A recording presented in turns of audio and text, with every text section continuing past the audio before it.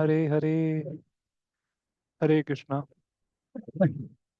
Welcome, Aditya Prabhu, for the evening book reading session on Krishna book, chapter 58, entitled Krishna marrying five queens. So, yesterday we started with the pastime of Nagnajit and Krishna getting married to Satya, the daughter of Nagnajit, also known as Nagnajiti. So, how Krishna gets hand of Satya in marriage. We'll continue with the pastime and then we'll go ahead with the remaining episode of this chapter. Okay, so please read two paragraphs and then I think more devotees will join. King Nagnajit was already a pious king, and having Krishna in his palace, he began to worship him to the best of his knowledge and capacity. He presented himself before the Lord thus: My dear Lord, you are the proprietor of the whole cosmic manifestation, and you are Narayana, the rest of all living creatures. You are self sufficient and pleased with your personal opulences. And how can I offer you anything? And how can I please you by such offering? It is not possible because I am an insignificant living being. Actually, I have no capacity to render any service unto you. Krishna is the super soul of all living creatures, so he could understand the mind of Satya, the daughter of King Nagnajit. He was also very much pleased with the respectful worship of King in offering him a sitting place, eatables, residence, etc. He was appreciative, therefore both the girl and the father of the king were anxious to have him as their intimate relative.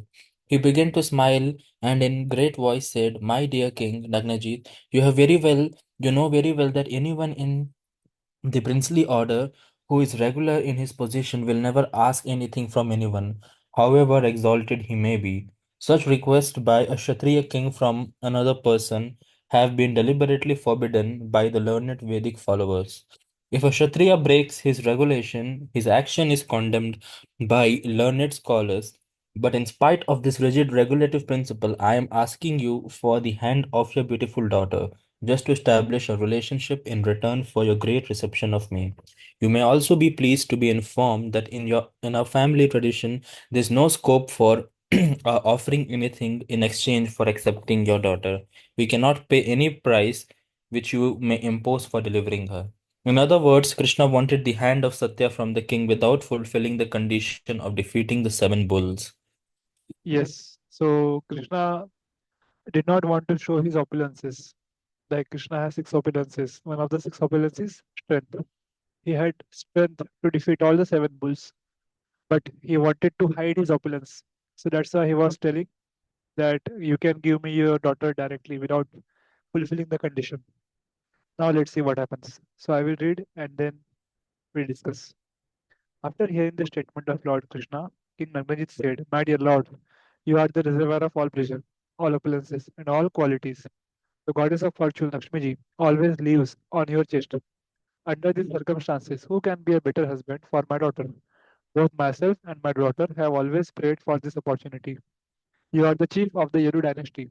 You may kindly know that from the very beginning, I have made a vow to marry my daughter to a suitable candidate, one who can come out victorious in the test I have devised.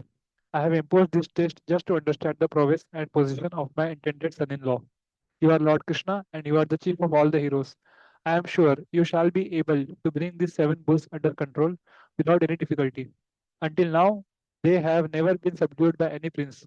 Anyone who has attempted to bring them under control has simply had his limbs broken.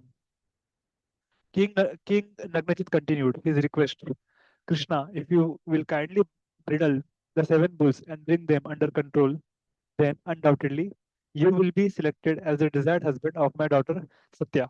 After hearing this statement, Krishna could understand that the king did not want to break his vow. Thus, in order to fulfill his desire, he tightened his belt and prepared to fight with the bulls. He immediately divided himself into seven Krishnas, and each one of them immediately caught hold of a bull and riddled its nose, thus bringing it under control as if it were a plaything. So this is how Krishna he controlled all the bulls by expanding himself into seven forms, and he easily defeated them. and it was as simple as a play toy for Krishna. For Krishna, everything is possible. There is nothing in this world, in the creation, which Krishna cannot do. So that's how Krishna married Satya. Yes. Welcome, Aryan Prabhu. Can you read next two paragraphs? Yes, Prabhuji. Just a second. Krishna dividing himself into seven is very significant. It is known to Satya, the daughter of King Nagnajit, that Krishna has already married many other wives, and still she was attached to Krishna. In order to encourage her, he immediately expanded himself into seven. The purport is that Krishna is one, but he has unlimited forms of expansions. He married many hundreds of thousands of wives, but this does not mean that while he was with one wife, the others were bereft of his association. Krishna could associate with each and every wife by his expansions. When Krishna brought the bulls under his control by branding their noses, their strength and pride were immediately smashed. The name and fame which the bulls had attained was thus vanquished, and when the bull had been uh, blinded by Krishna, he pulled them strongly, just as a child pulls a toy wooden bull. Upon seeing this advantage of Krishna, King Nagnajit became very much astonished and immediately, with great pleasure brought his daughter Satya before Krishna and handed her over to him. Krishna also immediately accepted Satya as his wife. Then there was a marriage ceremony with great pomp. The queens of King Nagrajit also were very much pleased because their daughter Satya got Krishna as her husband. Since the king and queens were very pleased on this auspicious occasion, there was a celebration all over the city in honor of the marriage. Everywhere was celebration. Everywhere was heard the sounds of the councils and kettle drums and various other vibrations of music and song. The learned Brahmanas began to shower their blessings upon the newly married couple. In jubilation, all the inhabitants of the city dressed themselves with colorful garments and ornaments. King Nagrajit was so pleased that he began to give a dowry to the daughter and son-in-law as follows. Yeah, thank you. So here Prabhupada is mentioning one more reason why Krishna expanded himself into seven, because the wives of Krishna, like Satya and others, they were doubtful how Krishna will give time. So after marriage, also Krishna will expand himself into 16,108 husbands. So Krishna was giving demo.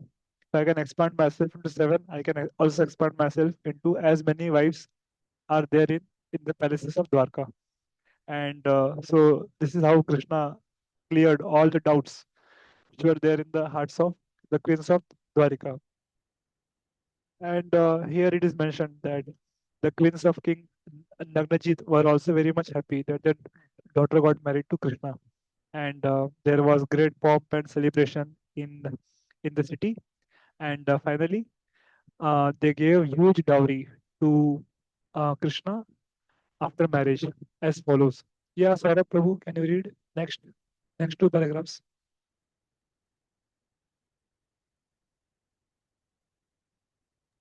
Hello, me, Dhruv. Yes, first of all, यहाँ से पढ़ो. Yes. First of all, he gave them 10,000 cows and 3,000 well-dressed young maid servants, ornamented up to their necks. The system of dowry is still current in India, especially for the Kshatriya princes. Also, when a Kshatriya prince is married, at least a dozen maid servants of similar age are given along with the bride. After giving the cows and maid servants, the king also enriched the dowry by giving 9,000 elephants and 100 times more chariots than elephants. This means that he gave 9 lakh chariots, 90 lakh chariots and he gave 100 times more horses than chariots, or 90 crores horses, and 100 times more slaves than horses. Such as slaves and maidservants were maintained by the royal princes with all provisions, as if they were their own children or family members. After giving this dowry as described, the king of the Koshala province bade his daughter and great son-in-law be seated on a chariot. He allowed them to go to their home guarded by a division of well-equipped soldiers. When they were traveling fast to their new home, his heart became enlivened with affection for them. Actually, it's 900,000 means 9 lakh chariots. So I think That's Saurabh प्रभु ने 90 lakhs बोल दिया वो 900,000 मतलब 9 lakhs है like and 9 crore horses. 9 So crore that much he gave in donation to Lord Krishna. When they were traveling fast to their new home, his heart became enlivened with affection for them.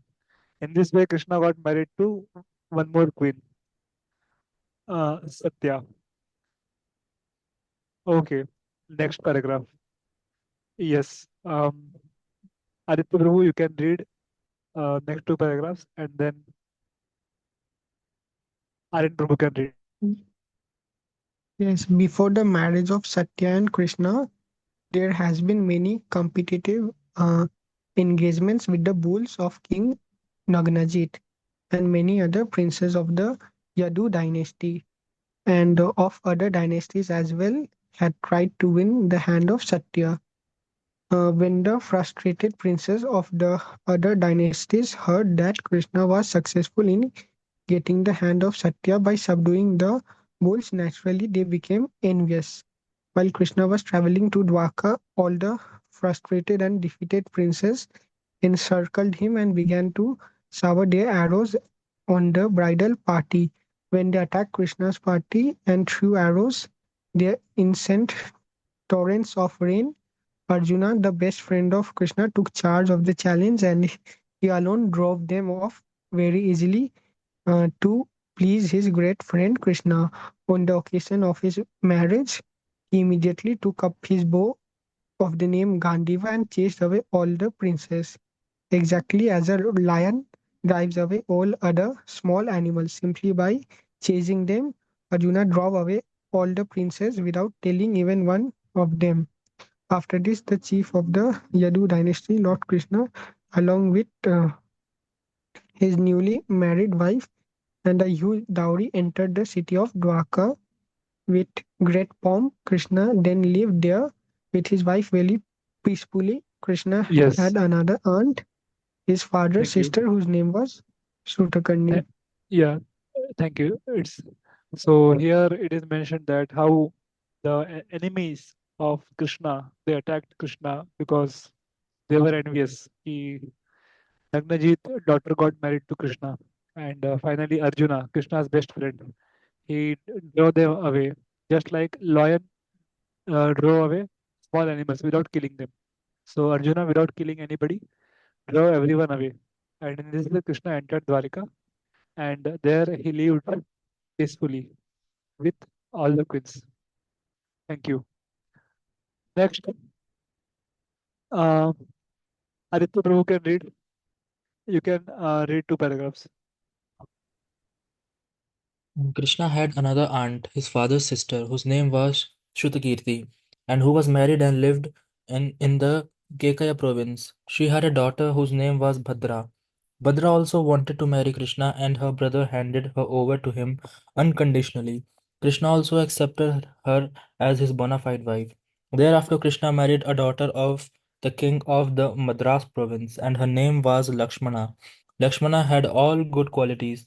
She was also forcibly married by Krishna, who took her in the same way that Garuna snatched the jar of nectar from the hands of the demons. Krishna kidnapped this girl in the presence of many other princes in the assembly of a Swayamvara. Swayamvar is a ceremony in which the bride can select her own husband from an assembly of many princes. The description of Krishna's marriage with the five girls mentioned in this chapter is not sufficient. He had many other thousands of wives besides them. The other thousands of wives were accepted by Krishna after killing one demon called Bhasmasur. All these thousands of girls were held captive in the palace of Bhasmasura, and Krishna released them and married them. It's Bhaumasura. Bhaumasur. Bhasmasur is he's a different demon, which Yes, Prabhu, sorry. got benediction from Lord Shiva, and then Krishna helps Shiva to kill him. Bhaumasura is son of Lord Krishna. उसके बारे में आएगा अभी. Bhaumasura means the son of Bhumi Devi. Bhumi का बेटा Bhauma, and he became demon, so Asura, Bhaumasura. So yes, thus ends the Bhaktivedanta purport of second volume, third chapter of Krishna. 5 queens married by Krishna. So in this chapter, we read about Krishna marrying 8 queens. I mean, in the previous chapter, 3 queens. In this chapter, 5 queens. So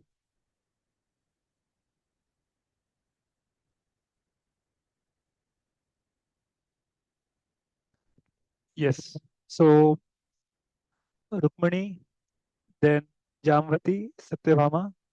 Then we read about Mitra, then Lakshmana, Satya, Bhadra, and one more was there. So like that, 8 queens Krishna married. Apart from that, um, remaining 16,100 will marry in bulk. So that we'll read in the next chapter. Just one more name I'm searching.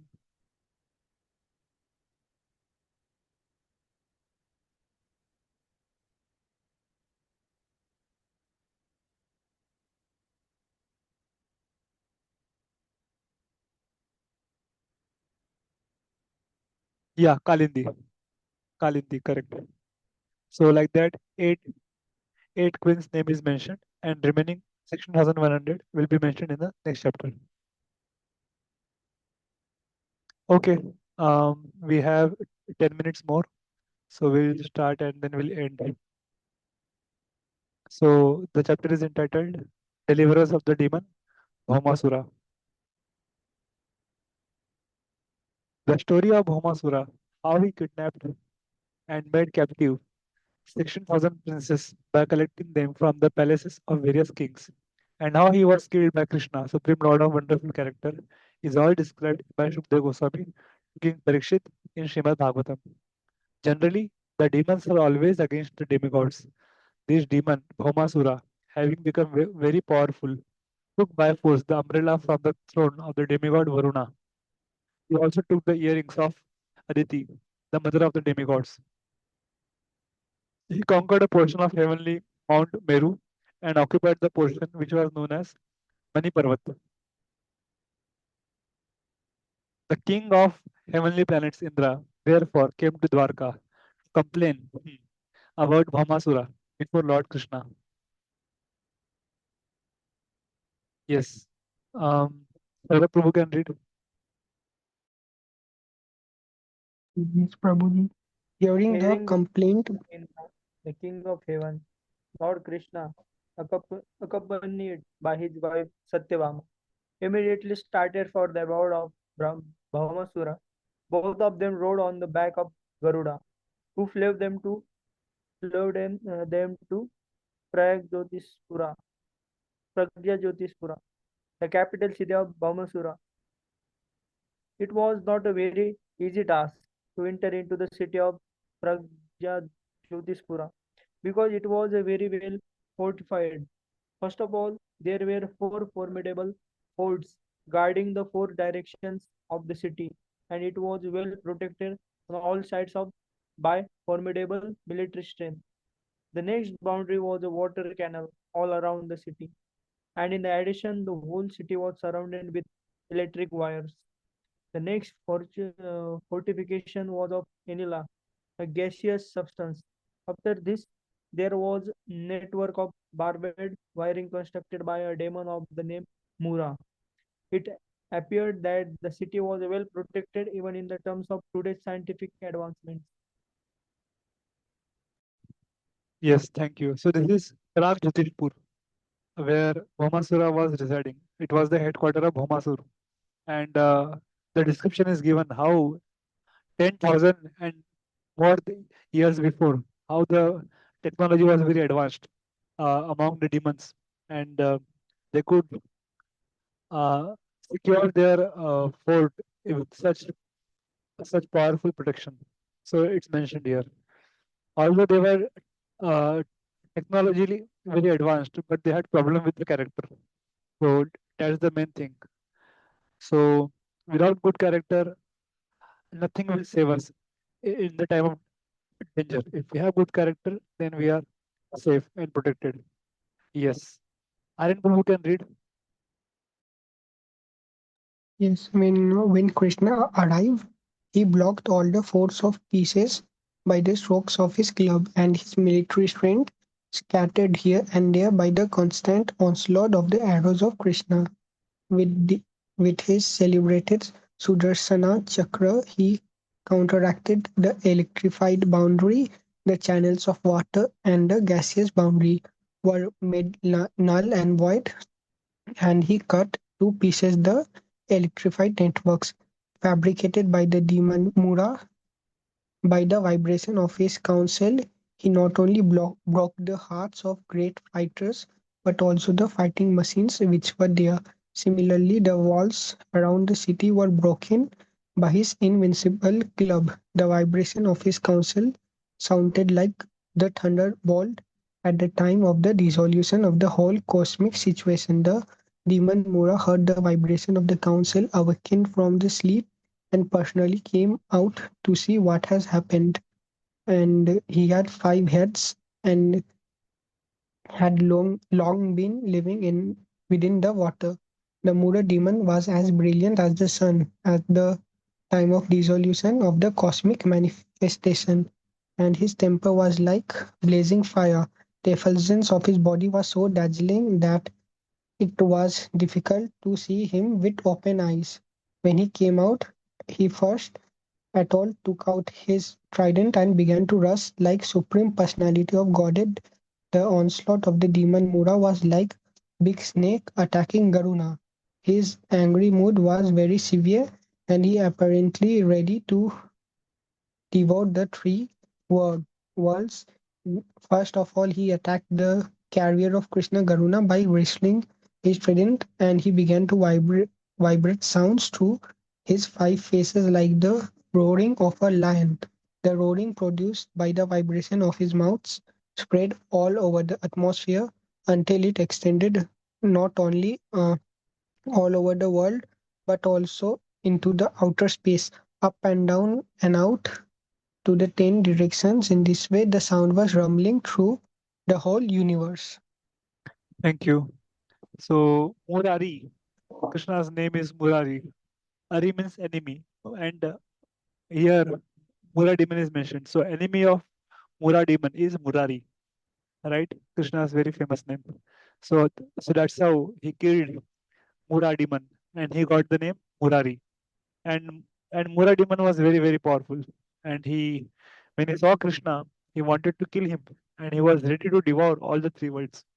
And finally, he got delivered by the powerful um, attack of Lord Sri Krishna. Okay, so I will read this next paragraph.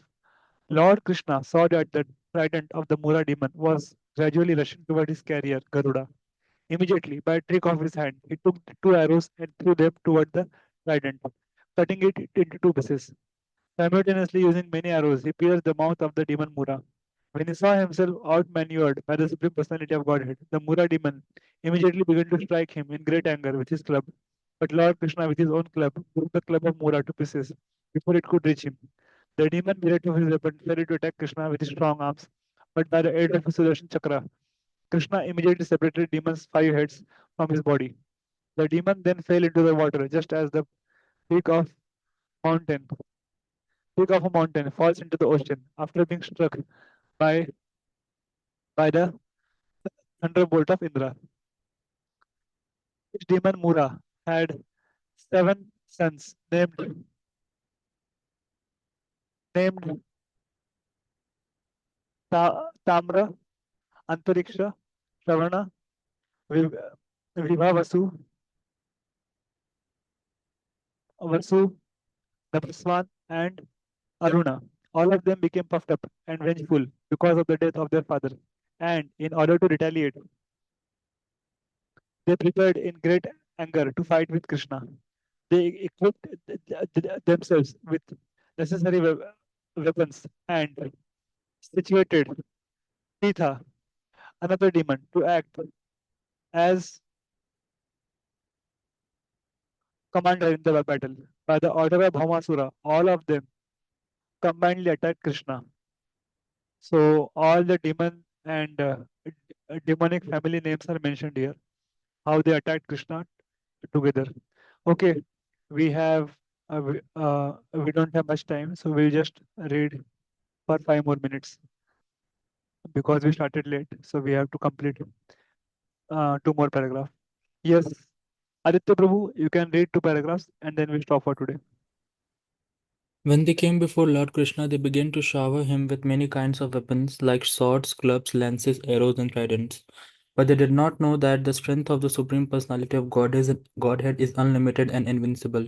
Krishna, with his arrows, cut all the weapons of the men of Bhaumasura into pieces, like grains. Krishna then threw his weapons, and Bhaumasura's commander-in-chief, Pitha, along with his assistants, fell down, their military dress cut off, and their heads, legs, arms, and thighs severed. All of them were sent to the superintendent of that, Yamaraja. Bhaumasura was also known as Narkasura, for he happened to be the son of the earth personified. When he saw that all his soldiers, commanders, and fighters were killed on the battlefield by the strokes of the weapons of the personality of Godhead, he became exceedingly angry at the Lord. He then came out of the city with a great number of elephants, who had also been born and brought up on the seashore. All of them were highly intoxicated. When they came out, they saw that Lord Krishna and his wife were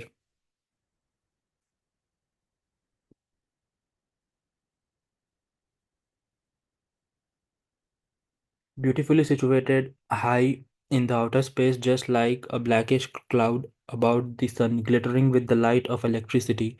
The demon Bhaumasura immediately released a weapon called Shatagni, by which he could kill hundreds of warriors with one stroke, and simultaneously all his assistants also threw their respective weapons at the Supreme Personality of Godhead.